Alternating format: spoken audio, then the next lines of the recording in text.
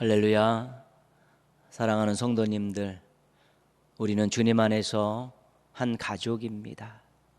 은혜 가운데서 하루하루 잘 사시기를 주님의 이름으로 축복합니다. 어두울 때는 빛이 필요하고, 버거울 때는 힘이 필요하고, 낙심될 때는 꿈이 필요합니다. 오늘 예배의 자리에 함께 모였습니다. 각자의 삶의 자리에서 가족들과 함께, 지인들과 함께, 성도들과 함께 모였습니다. 빛 되시고 힘 되시고 꿈을 주시는 하나님께 최고의 영광을 올려드리십시다. 여러분의 예배 가운데 하나님의 임재하시기를 주님의 이름으로 기원합니다.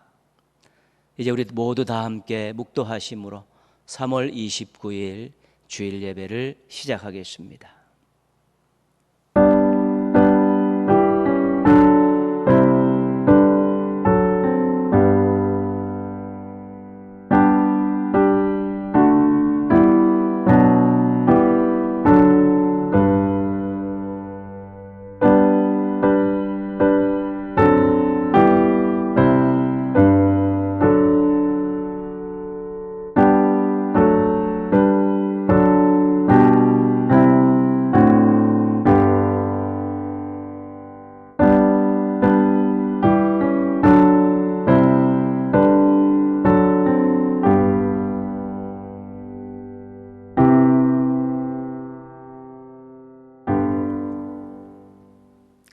하나님 아버지, 각자의 삶의 자리에서 예배드리게 해주셔서 감사합니다. 믿음의 가족들이 모인 자리가 거룩한 곳이 되게 하여 주시옵소서. 은혜를 기억하며 은혜를 사모하며 충만한 예배를 드리게 하여 주시옵소서. 각 예배 처소에 임재하셔서 홀로 큰 영광 받아 주시옵소서. 예수님의 이름으로 기원합니다. 아멘.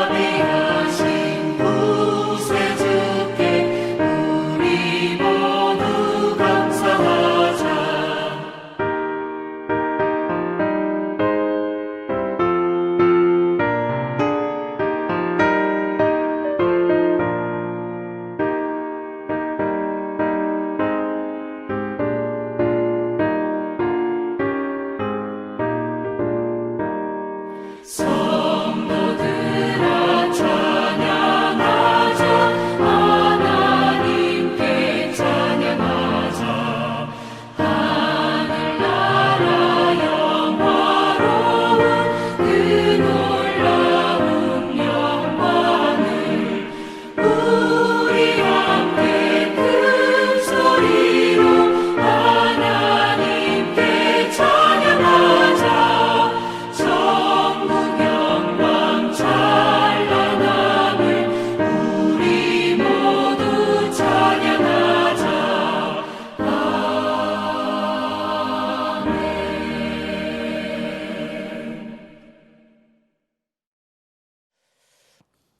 교동문 10번입니다. 교동문 10번 시편 16편 말씀 함께 교독하겠습니다.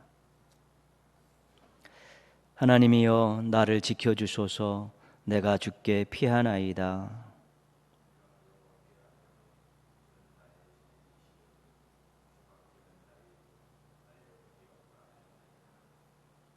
땅에 있는 성도들은 존귀한 자들이니 나의 모든 즐거움이 그들에게 있도다.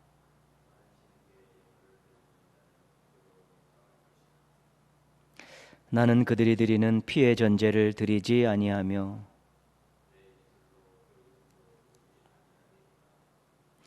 여호와는 나의 산업과 나의 잔의 소득이시니 나의 분깃을 지키시나이다.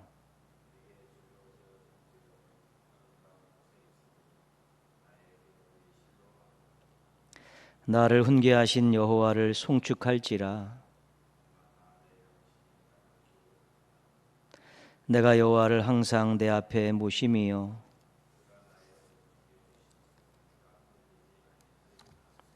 아멘. 신앙 고백하시겠습니다.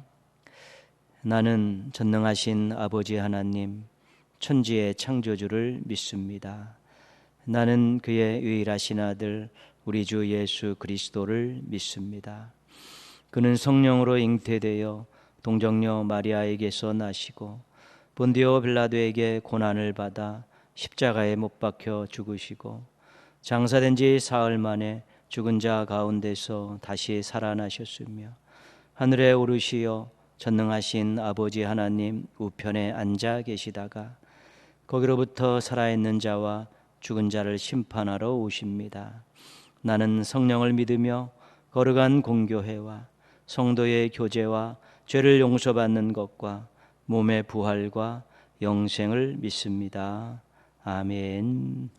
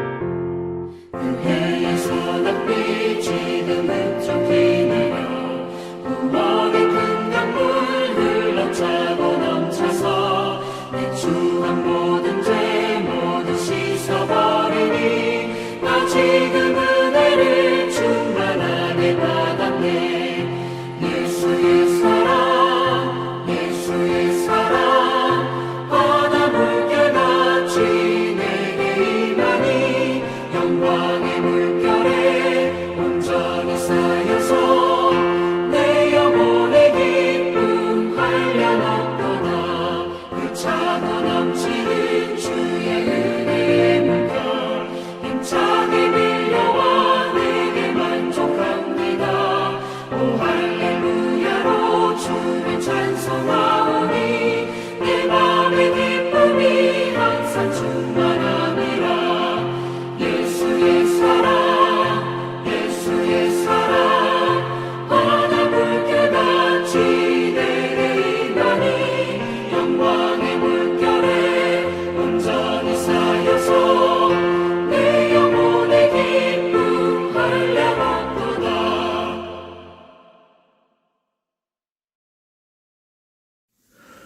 어려울 때마다 우리의 피난처시요 피할 바위와 요새가 되어주시는 아버지 여호와 하나님, 오늘도 이웃사랑의 마음으로 사회적 거리두기에 동참하면서 가정에서 또는 각자의 생활 공간에서 영상 예배를 통해서 연합하여 여호와 하나님을 예배드리며 예수님을 그리스도로 고백하며 귀한 예배를 드리게 됨을 감사드립니다.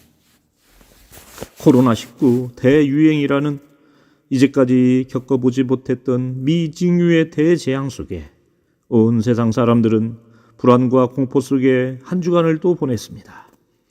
앞으로 또 얼마 동안을 이런 불안과 근심 속에 살지 모른 채 허둥대고 있습니다. 비록 어려운 상황이지만 그동안 저희들이 너무도 당연한 듯 누려온 평안한 일상들이 얼마나 감사한 것이었는지를 깨닫는 시간이 되게 하여 주시옵소서. 아버지, 이번 사태를 통해서 그동안에 교회에 모여 예배드리고 찬양하고 봉사하고 같이 식사하던 일들이 얼마나 행복한 일이었는지 다시 느끼고 알게 되었습니다.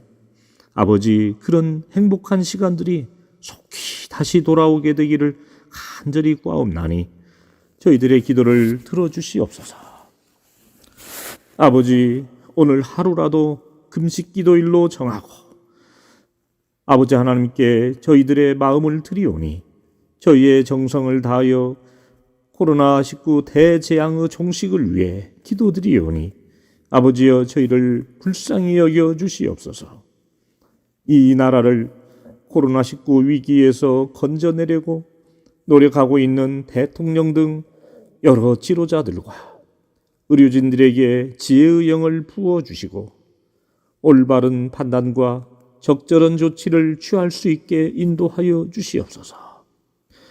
병상에 있는 환자들에게 아버지의 긍휼을 베풀어 주셔서 빠르게 회복되는 은혜를 허락하여 주옵기를 간절히 바라고 원합니다. 또한 이번 기회에 코로나 바이러스뿐만 아니고 사회에 기생해온 신천지 바이러스 및 잘못된 정치인 바이러스, 향락 문화 바이러스 같은 이 사회의 건강을 해쳐온 모든 나쁜 폐단들이 모두 청소되기를 간절히 원하며 기도합니다. 아버지, 지금은 사순절 기간을 지내고 있습니다. 이 기간을 통해 우리를 구원하시려 고통스러운 십자가 사역을 감당하신 예수님의 사랑을 다시 한번 느끼고 깨닫게 하여 주시옵소서. 비록 교회에 모여서 같이 하지를 못하지만 각 가정에서 기도와 성령으로 연합하며 그 마음을 공유하게 하여 주시옵소서. 아버지, 지금 교회에 모이지 못하는 이 기간에 우리 동인교회의 800여 성도 중 단 한 사람도 낙심되는 자가 없게 인도하여 주시옵소서. 이웃사랑의 마음으로 정부의 사회적 거리두기에 협력하기 위해 비록 회중 예배를 드리지 못하고 있지만 개인별로 교회에 와서 잠시 기도하거나 새벽 기도회 등을 통해 기도하는 방법으로 자신의 신앙을 돌보게 하여 주시옵소서. 하나님의 말씀을 읽음으로써 신앙의 촛불이 꺼지지 않도록 보호하여 주시옵소서. 신앙의 훈련이 더 필요한 초심자들과 어린 자녀들의 신앙이 흔들리지 않게 되기를 간절히 구하며 기도합니다.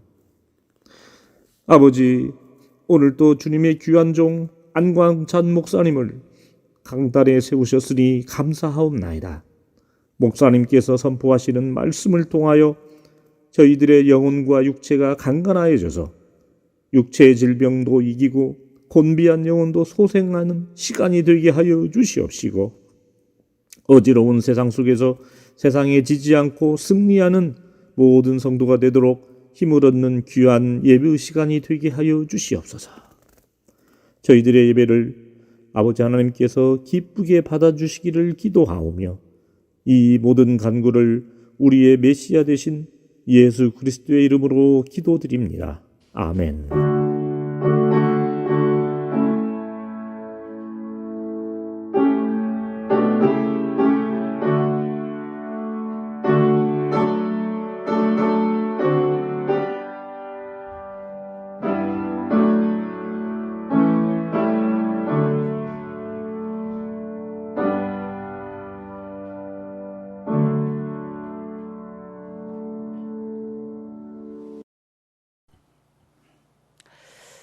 이 시간 주시는 하나님의 말씀은 신약성경 로마서 8장 31절에서 39절까지 말씀입니다.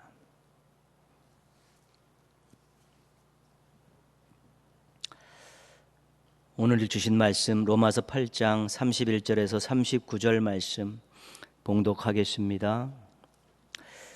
그런즉 이 일에 대하여 우리가 무슨 말 하리요? 만일 하나님이 우리를 위하시면 누가 우리를 대적하리요? 자기 아들을 아끼지 아니하시고 우리 모든 사람을 위하여 내주시니가 어찌 그 아들과 함께 모든 것을 우리에게 주시지 아니하겠느냐? 누가 능히 하나님께서 택하신 자들을 고발하리요? 의롭다 하신 이는 하나님이시니 누가 정죄하리요? 죽으실 뿐 아니라 다시 살아나신 이는 그리스도 예수시니 그는 하나님 우편에 계신 자요 우리를 위하여 간구하시는 자시니라. 누가 우리를 그리스도의 사랑에서 끊으리요? 환난이나 곤고나 박해나 기근이나 적신이나 위험이나 칼이랴. 기록된 바 우리가 종일 주를 위하여 죽임을 당하게 되며 도살당할 양같이 여김을 받았나이다 함과 같으니라. 그러나 이 모든 일에 우리를 사랑하시는 이로 말미암아 우리가 넉넉히 이기느니라.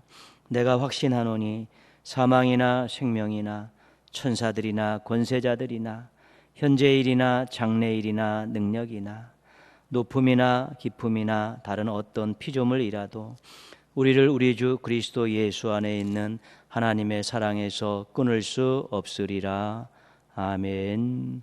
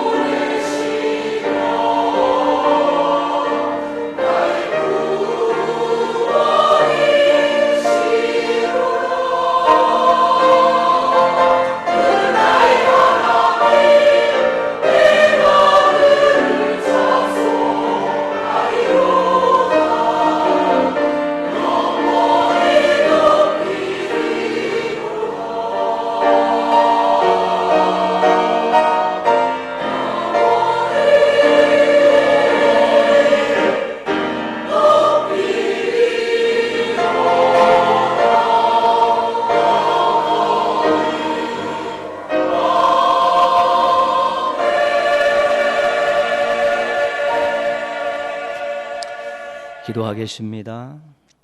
하나님 아버지, 예배의 자리에서 머리 숙인 성도들을 기억하여 주시옵소서. 하나님 자녀인 것에 무한 감사 감격하며 살게 하여 주시옵소서.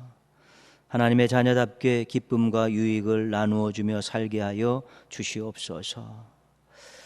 하나님의 사랑과 능력을 경험하며 하나님의 사랑과 능력을 보여주는 보석과 같은 삶을 살아가게 하여 주시옵소서. 스폰지 같은 마음을 주셔서 말씀을 온전히 받게 하여 주시옵소서. 말씀으로 사는 복된 인생들 되게 하여 주시옵소서. 가정과 생업과 하루하루의 삶에 따뜻한 손길로 함께하여 주시옵소서. 예수님의 이름으로 기도합니다. 아멘.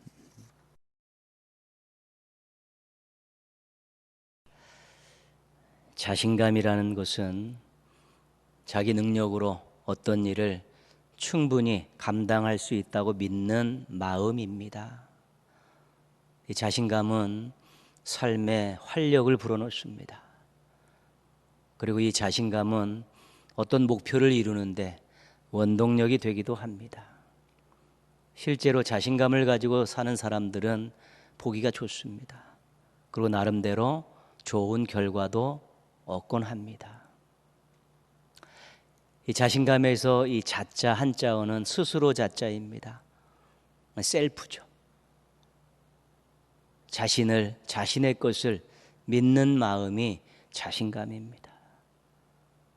자신의 능력, 또 자신의 재산, 자신의 지위, 이런 자신이 가지고 있는 것을 가지고 어떤 일에 대해서 당당함을 갖고 또 긍정적인 마음을 갖는 것이 자신감입니다. 자신감을 경계하는 이런 말이 있습니다. 자신감이 너무 없으면 쭈그리가 되고 자신감이 너무 많으면 재수 없다. 이 말은 적당한 자신감을 가지라는 경고입니다. 자신감 없으면 초라해 보이고 무능력해 보이기 때문에 그렇습니다. 자신감이 너무 많으면 못할 것 없다는 교만함과 오만한 모습으로 보이기 때문에 없으면 쭈그리가 되고 있으면 재수가 없다는 말을 통해서 적당한 자신감을 갖기를 바라는 것입니다. 실제로 우리의 삶에 있어서 적당한 자신감은 꼭 필요한 것입니다. 오늘 우리가 함께 읽은 말씀에서 자신감이 철철 넘치는 고백들을 발견할 수 있습니다. 자신만만한 고백입니다. 31절 말씀입니다. 뒷부분입니다. 누가 우리를 대적하리요? 대적할 자가 없다는 것입니다. 승리를 확신하고 있습니다. 33절 말씀이요. 누가 고발하리요? 34절 말씀, 누가 정죄하리요? 이 고발과 정죄는 법정 용어입니다. 고발할 자, 정죄할 자 없다는 것입니다. 자신의 의로움을 주장하고 있는 것입니다.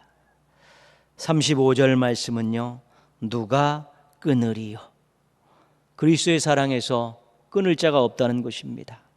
하나님의 사랑의 계속됨을 믿고 있습니다. 이런 확신에 찬 고백을 할 수 있다면 당당하게 살 수 있고 행복하게 살 수 있습니다. 그런데 이런 자신감의 출처가 어디인가? 이런 자신감이 과연 자신이 가지고 있는 어떤 소유나 능력이나 지위에서 나오는 것인가? 아니면 그 어떤 다른 곳에서 나오는가? 그 확인하는 것은 굉장히 중요한 일입니다. 31절 말씀입니다. 그런즉 이 일에 대하여 우리가 무슨 말하리요? 만일 하나님이 우리를 위하시면 누가 우리를 대적하리요?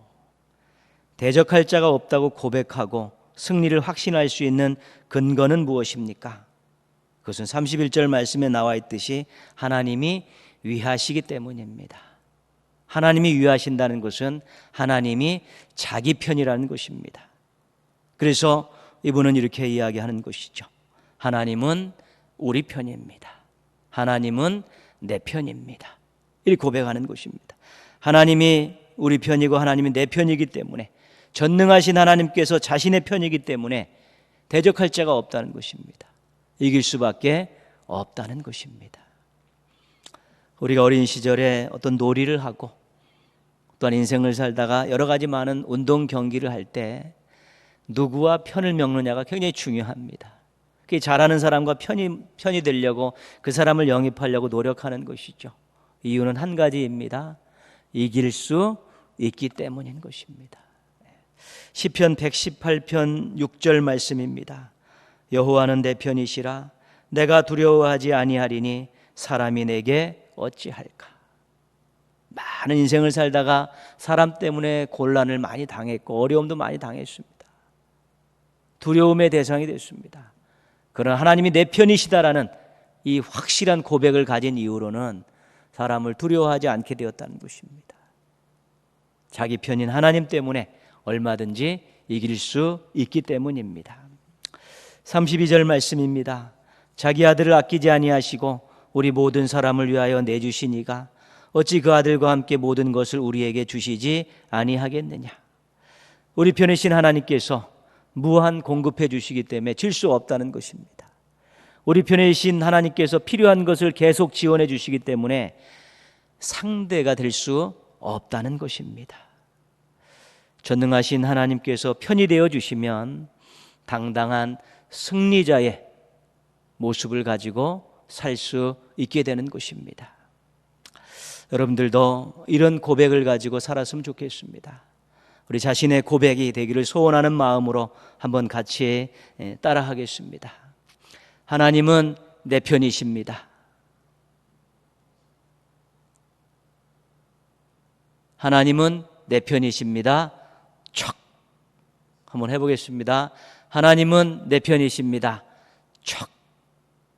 이런 아름다운 고백을 갖고 산다면 당당하게 또 승리하며 살 수 있는 것입니다. 33절입니다. 33절. 누가 능히 하나님께서 택하신 자들을 고발하리요 의롭다 하시니 이는 하나님이시니. 34절입니다. 누가 정죄하리요 죽으실 뿐 아니라 다시 살아나시는 이는 그리스도 예수시니. 고발 정죄가 법정 용어라고 말씀드렸습니다. 여기서 무슨 말씀하냐면 변호사이신 예수님께서 우리의 죄의 문제를 변론하신다는 것입니다. 내가 대가를 다 치렀다. 죄에 대한 대가를 다 치렀다. 이 사람은 더 이상 죄에게 상관이 없는 사람이다라고 변호하신다는 것입니다. 재판장이신 하나님께서 우리가 의롭다고 선언하셨습니다. 이 사람은 더 이상 죄인이 아니라 의인이라고 선언하셨다는 것입니다. 재판장이 선고를 하면 끝나는 것입니다. 누구도 고발하지 못하고 누구도 정죄하지 못한다고 외칠 수 있는 근거는 무엇입니까? 하나님께서 선고하셨기 때문입니다. 하나님께서 선고하셨습니다. 재판장이신 하나님께서 의롭다고 선언하셨기 때문에 그 누구도 고발하고 정죄할 수 없다는 것입니다. 사탄의 주특기는 믿는 사람들을 고발하고 정죄하는 것입니다. 또 세상이 또 불신자들이 우리의 연약함과 부족함과 과거 일들을 보면서 끊임없이 고발하고 또 정죄하지만 정말로 하나님이 의롭다고 선언하셨기 때문에 선고하셨기 때문에 더 이상 그런 고발과 정죄가 무의미해졌다는 것입니다. 우리가 예수님을 만나기 전에 죄인이었습니다. 죽을 수밖에 없는 죄인이었습니다. 저주받은 인생이었습니다. 그런데 하나님의 은혜로 예수 그리스도의 십자가 구원의 복음을 우리가 받고 예수 그리스도를 나의 구주로 영접을 했습니다. 그래서 하나님께서 우리를 용서하시고 의롭다 하셨습니다. 그렇기 때문에 너는 원래 죄인이었다라고 그 누가 고발을 하고 정죄한다 할지라도 거기에는 우리가 아무런 요동이 없어야 되는 것입니다.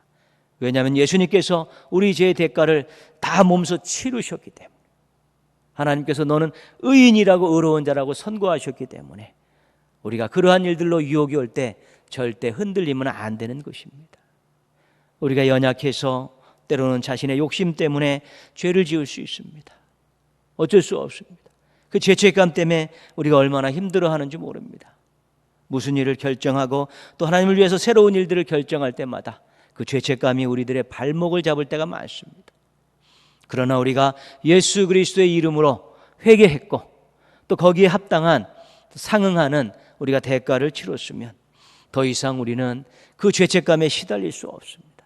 예수 그리스도의 이름으로 하나님께서 나를 용서하셨다는 확신을 갖고 이 죄책감에서 벗어날 수 있어야 되는 것입니다. 죄책감이라는 것이 하나님의 뜻대로 살고자 하는 동기부여가 돼야 되지, 신앙인의 삶과 신앙인의 사명에 발목 잡히는 일이 없도록 해야 되는 것입니다. 재판장이신 하나님께서 예수님의 십자가와 예수님의 이름으로 우리를 의롭다 하셨습니다. 여기에는 흔들림이 없는 확고함이 있어야 되고 당당한 고백이 있어야 되는 것입니다. 우리 자신의 고백이 되기를 원하는 마음으로 함께 따라하겠습니다. 하나님께서 선고하셨습니다.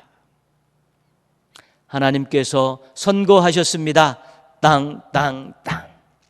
우리가 이렇게 고백할 수 있습니다. 죄책감을 벗어버리고 의인다운 삶을 살아갈 수 있게 되고 그것이 멋진 인생으로 이어지는 것입니다. 35절 말씀입니다. 누가 우리를 그리스도의 사랑에서 끊으리요? 환난이나 곤고나 박해나 기근이나 적신이나 위험이나 칼이랴. 환난부터 시작해서 칼까지 마치는 이 긴 것을 우리가 역경 목록이라고 이야기합니다. 역경 목록은 삶 속에서 당하는 쓰리고 아픈 경험들입니다. 자연재해, 전쟁, 억울한 일, 고난과 핍박 등 이런 모든 역경들을 우리 인생에서 얼마든지 겪을 수 있습니다. 근데 이러한 역경을 당할 때 한 가지 우리가 조심해야 될 것은 우리가 그리스도의 사랑에서, 하나님의 사랑에서 상관이 없는 자가 되었다라는 착각과 오해를 할 수 있다는 것입니다. 하나님이 나를 사랑하지 않으시기에 이런 고난을 주시고, 그리스도의 사랑과 내가 무관한 자가 되고 그리스도의 사랑에서 끊어졌기 때문에 내가 이런 어려움을 당한다라는 생각을 할 수 있다는 것입니다. 이런 열악한 경험에서 그리스도의 사랑에 대한 확신을 가질 수 있는 근거는 무엇입니까? 37절 말씀입니다. 그러나 이 모든 일에 우리를 사랑하시는 이로 말미암아 우리가 넉넉히 이기느니라. 우리를 사랑하시는 하나님께서 붙들어 주시기 때문에 우리가 넉넉히 그리스도의 사랑에서 끊어지지 않았다라고 확신하고 고백할 수 있다는 것입니다. 사랑의 하나님께서 형편과 처지를 보시고 기도를 들어주시면서 또 우리를 붙들어 주시기 때문에 우리가 이런 담대한 고백을 가지고 살 수 있다는 것입니다. 하나님께서 붙들어 주십니다. 하나님께서 붙들어 주십니다라는 분명한 고백이 있기 때문에 그 사랑을 의지하고 우리가 어려움 속에서도 소망을 가지고 살 수 있게 되는 것입니다. 이사야 41장 13절에서 하나님께서 이런 약속을 하십니다. 이는 나 여호와 너희 하나님이 내 오른손을 붙들고 내게 이르기를 두려워하지 말라 내가 너를 도우리라 할 것임이니라. 하나님께서 그 오른손을 붙들어 주시면서 도와주시겠다고 말씀하시는 것입니다. 약속하시는 것입니다. 하나님께서 붙들어 주시는데 누가 감히 그 손에 붙들려 있는 인생들을 빼앗아 갈 수 있겠습니까? 하나님의 권위 권세, 하나님의 능력을 함부로 훼손할 자는 이 땅에 아무도 없기 때문에 하나님이 붙들어 주시면 절대로 놓치지 않으시기 때문에 그 사랑에서 끊어지는 일은 없게 되는 것입니다. 사랑 많으신 하나님께서 붙들어 주시면 그리스도의 사랑 가운데서 도움을 받고 살 수 있습니다. 자신의 고백이 되게 해달라는 그런 소원을 가지고 한번 따라 하겠습니다. 하나님께서 붙들어 주십니다. 하나님께서 붙들어 주십니다. 꽉. 자기를 믿으며 갖는 자신감은 오래가지 못합니다. 우리가 시간과 공간의 제약을 받고 있고 능력과 사랑에 한계가 있는 존재들이기 때문에 그렇습니다. 하나님의 사랑을 믿는 자신감은 평생의 재산이 됩니다. 전능하신 하나님, 재판관이신 하나님, 사랑이 많으신 하나님, 그 하나님이 도와주시기 때문에 그렇습니다. 우리가 세 가지 확신 있는 당당한 고백을 했었습니다. 하나님은 내 편이십니다. 쭉. 하나님께서 선고하셨습니다. 하나님께서 붙들어 주십니다. 꽉. 이 확신을 가지고 평안하고 자신만만한 삶을 살아가는 성도들 되시기를 주님의 이름으로 축원합니다. 그런데 우리가 한 가지 확인해야 될 것이 있습니다. 누가 감히 나를 대적하느냐? 누가 감히 나를 정죄하고 고발할 수 있느냐? 누가 감히 나를 그리스도의 사랑에서 끊을 수 있느냐? 이런 당당한 고백을 할 수 있는, 이런 담대한 고백을 할 수 있는 이유가 무엇인가? 어떻게 우리가 이런 담대한 고백을 하며 멋진 고백을 하며 인생을 귀하게 살 수 있게 되었을까? 그 원인이 무엇이고 그 이유가 무엇인가를 분명히 확인할 수 있어야 되는 것입니다. 그 이유는 첫 번째, 누군가 나를 위해서 희생하셨기 때문입니다.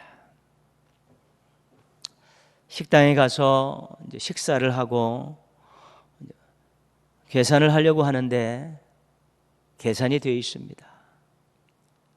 누군가 계산을 하고 간 것입니다. 감사하기도 하고 궁금하기도 하고 그렇습니다. 그런 일이 있으면 며칠간 기분이 좋습니다. 누군가 나를 위해서 섬기는 사람이 있구나. 누군가 나를 위해서 자신의 것을 희생할 수 있는 사람이 있구나. 이런 것들을 확인하는 그 마음은 정말 행복한 마음입니다. 한 30여 년 전에 소년부 교육 전도사를 할 때입니다. 여자 교사 한 분이 감사헌금을 올렸습니다. 근데 그 감사헌금의 제목이 예수님 믿고 부모님을 꼭 전도해야겠다라고 생각하고 기도했는데 10년 만에 그 일을 이루어 주셔서 감사합니다. 이 감사 제목입니다. 그 부모님의 구원을 위해서 보이지 않는 곳에서 그 딸이 10년 동안 눈물을 흘려가며 기도한 희생이 있었기 때문에 구원이라는 열매가 맺어진 것입니다.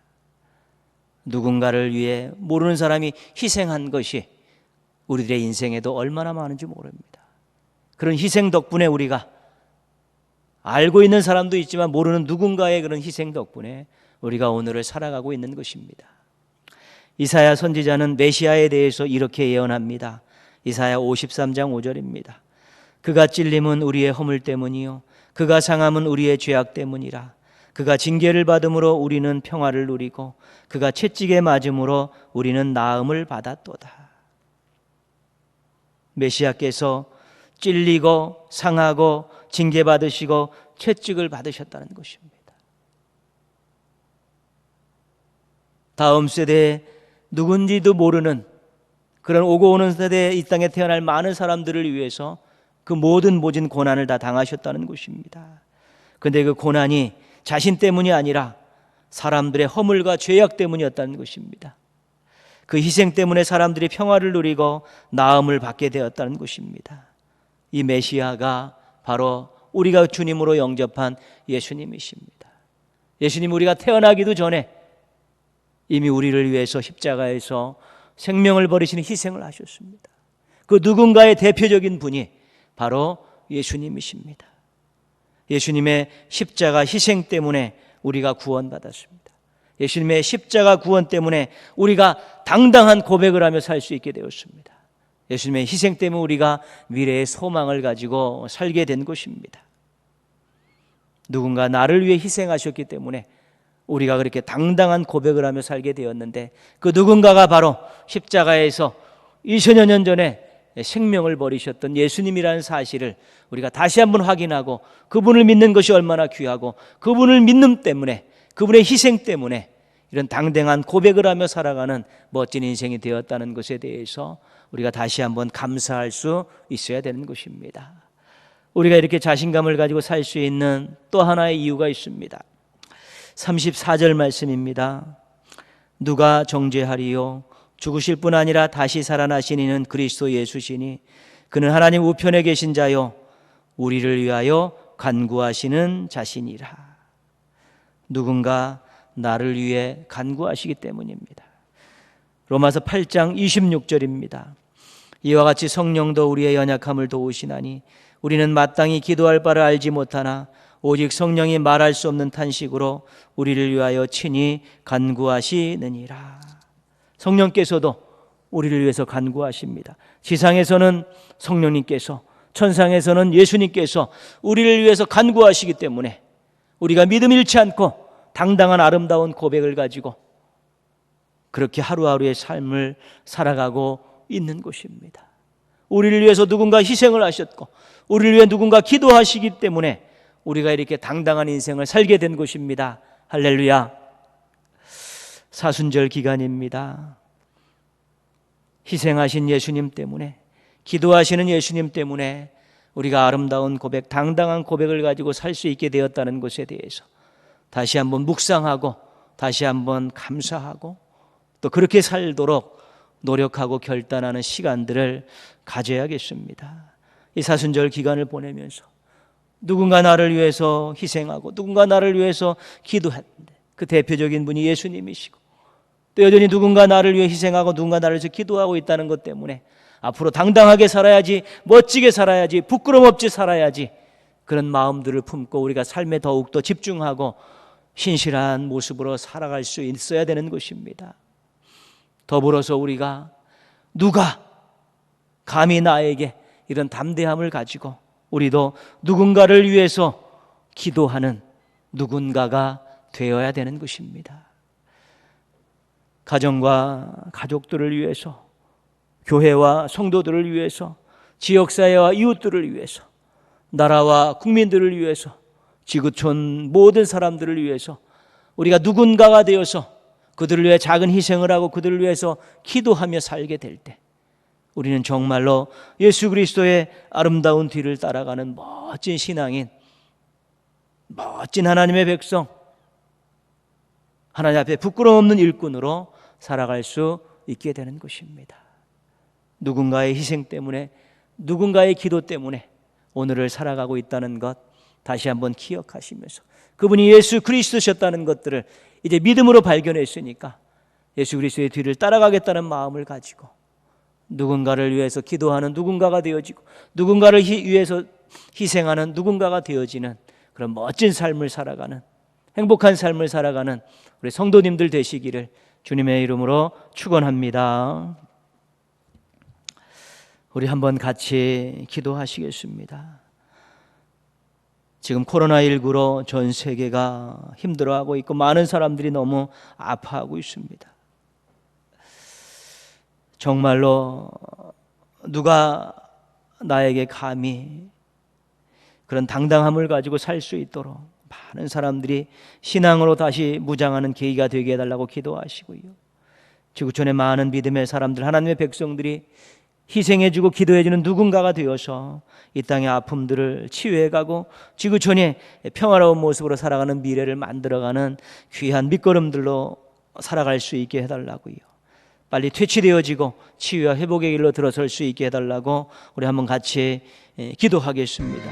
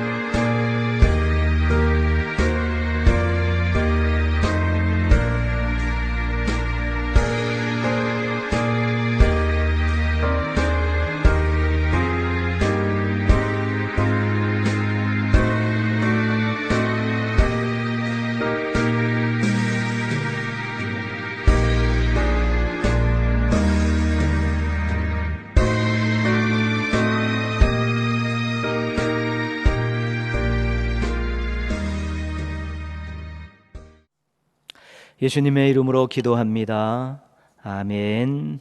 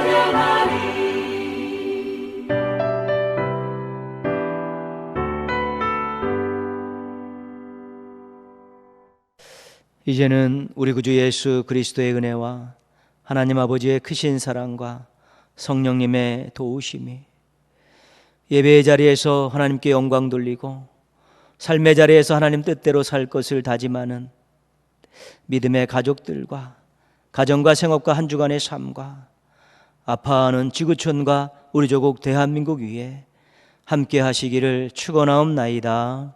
아멘.